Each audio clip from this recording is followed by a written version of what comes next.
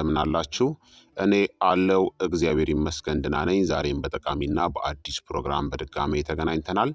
በዛሬው የጤና ፕሮግራማችን ላይ የምንመለከተው ቺያ ሲድስ ለክብደት መቀነስ እንዴት እንደሚጠቅም በስፋት እነግራችኋለሁኝ።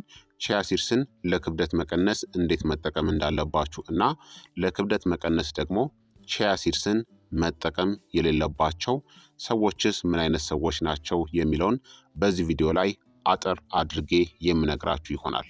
ይህ የጤና ትምህርት ታዲያ ለበርካታ ሰዎች በጣም ጠቃሚና አስፈላጊ ስለሆነ ሁላችሁም በቅንነት ላይክና ሼር በማድረግ ሌሎችንም አስተምሩ አሳውቁላለሁኝ። ጥያቄ ካላችሁ ከዚህ ቪዲዮ ጋር በተያያዘ በኮመንት ላይ አስፍሩልኝ። በቀጥታ ወደ ጤና ትምህርቱ የማልፍ ይሆናል። ቺያ ሲድስ በፋይበር የበለጸገ ጥጋብን ለመጨመርናም ክብደትን ለመቀነስ ይረዳል። ከፍተኛ ፕሮቲን፣ የጡንቻን እድገትንናም ጥገናንም ይደግፋል። ቺያ ሲድስ ኦሜጋ 3 ፋቲ አሲድን ስለሚይዝ የልብ ጤናን ይደግፋል። የደም ስኳር መጠንን ለመቆጣጠርም ይረዳል። በተጨማሪም ቺያ ሲድስን ወደ ተለያዩ ምግቦች ለማካተት ሁለገብናም ቀላል ነው። ቺያ ሲድስ ከሚሰጠው ጥቅሞች ውስጥ አንዱ ክብደትን ለመቀነስ ይረዳል። ቺያ ሲድስ በብዙ ምክንያቶች ለክብደት መቀነስ አመጋገብ ጥሩ ተጨማሪዎች ናቸው። ቺያ ሲድስ ለክብደት መቀነስ ከሚረዳበት ምክንያቶቹ መካከል አንደኛ ቺያ ሲድስ በከፍተኛ ፋይበር የበለጸገ ስለሆነ ነው። የቺያ ዘሮች በፋይበር የበለጸጉ ናቸው። ይህ ደግሞ ረዘም ላለ ጊዜ የመርካት ወይም ደግሞ የጥጋብ ስሜት እንዲሰማችሁ ያደርጋል። ይህ ማለት ቀኑን ሙሉ ጤናማ ያልሆኑ ምግቦችን ከመጠን በላይ የመብላት እድላችሁን ይቀንሰዋል። ሁለተኛ ቺያ ሲድስ የካሎሪ ይዘቱ በጣም ዝቅተኛ ነው። መጠናቸው አነስተኛ ቢሆንም የቺያ ሲድ ዘሮች በአንጻራዊ ሁኔታ ዝቅተኛ የካሎሪ ይዘት አላቸው። ይህ ማለት በየቀኑ የካሎሪ መጠናችሁን በከፍተኛ ሁኔታ ሳትጨምሩ ወደ ምግቦቻችሁ ማከል ትችላላችሁ። ሶስተኛ ቺያ ሲድስ በፕሮቲን የበለጸገ ስለሆነ ለክብደት መቀነስ ይረዳል። ቺያ ሲድስ ጥሩ የእጽዋት ፕሮቲን ምንጮች ናቸው። ይህም የጡንቻን ህብረ ህዋሳትን ለመገንባትናም ለመጠገን አስፈላጊ ነው። ፕሮቲን የሙሉነትናም የእርካታ ስሜት እንዲሰማችሁም ይረዳል። የምግብ ፍላጎትንና ከመጠን በላይ የመብላት እድልንም ይቀንሳል። አራተኛ የደም ስኳር መጠንን ለመቆጣጠርም ይረዳል። ቺያ ሲድስ በደም ውስጥ ያለውን የስኳር መጠን ለመቆጣጠር እንደሚረዱ ይታወቃል። ይህም ለክብደት መቀነስ ጠቃሚ ነው።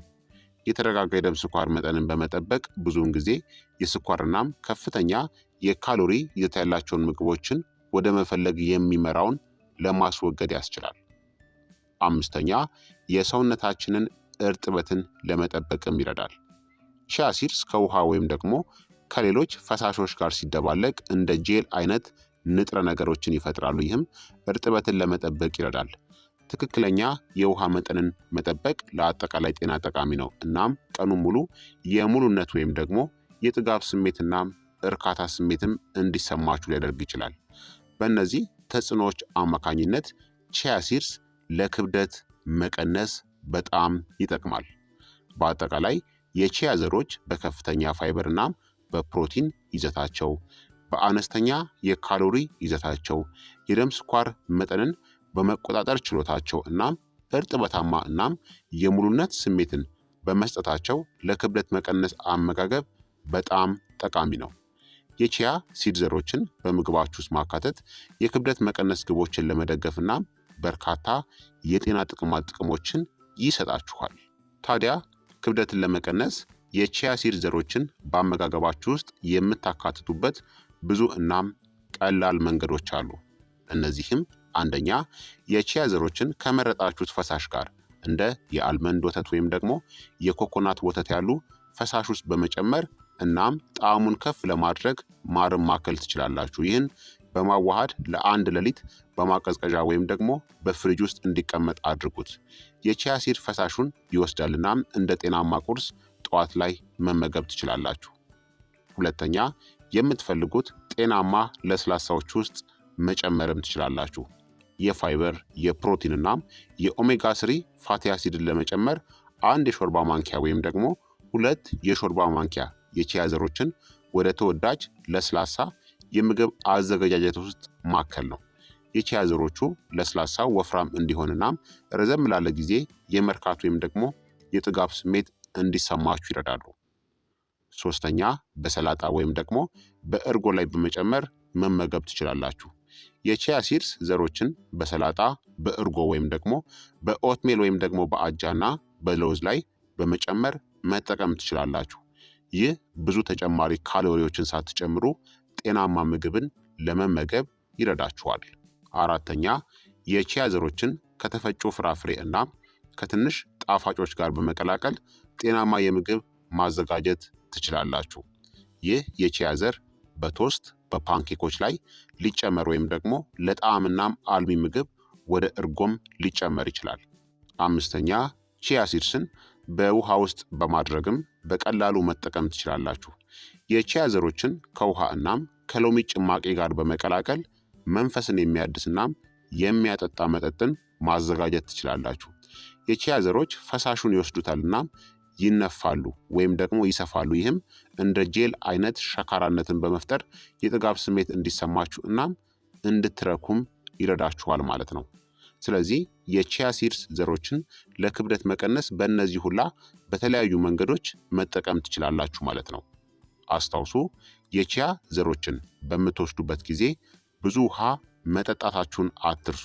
ምክንያቱም ፈሳሽን ስለሚወስዱ እናም በቂ ፈሳሽ በሰውነታችሁ ከሌለ ድርቀትን ሊያስከትሉ ይችላሉ። በተጨማሪም የቺያ ዘሮች ለክብደት መቀነስ አመጋገብ ጠቃሚ ተጨማሪ ሊሆኑ ቢችሉም ከተመጣጣኝ አመጋገብና ከመደበኛ የአካል ብቃት እንቅስቃሴ ጋር ሲጣመሩ ግን በጣም ውጤታማ ናቸው።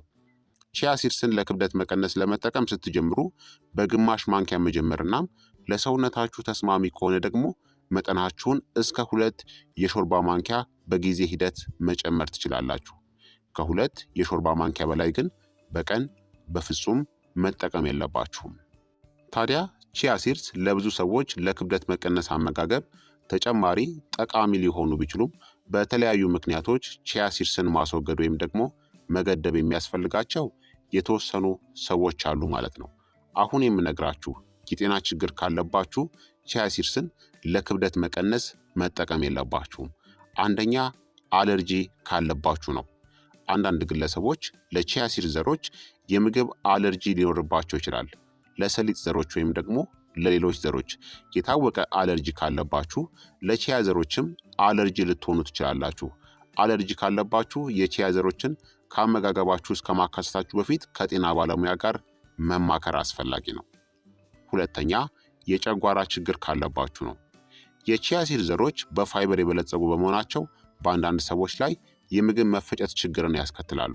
እንደ ኢሪቴብል ባወል ሲንድረም፣ ክሮንስ በሽታ ወይም ደግሞ ዳይቨርቲኩላይተስ ያሉ የጨጓራና ትራክት ችግሮች ካለባችሁ የቺያ ዘሮችን ስትጠቀሙ እንደ እብጠት፣ ጋዝ ወይም ደግሞ ተቅማጥ ያሉ ምልክቶችን ሊያባብሱ ስለሚችሉ መጠንቀቅ ሊኖርባችሁ ይችላል። ሶስተኛ የመድኃኒት መስተጋብርን ሊፈጥር ይችላል። ቺያ ሲድስ ደምን የማቅጠን ባህሪ ያለው።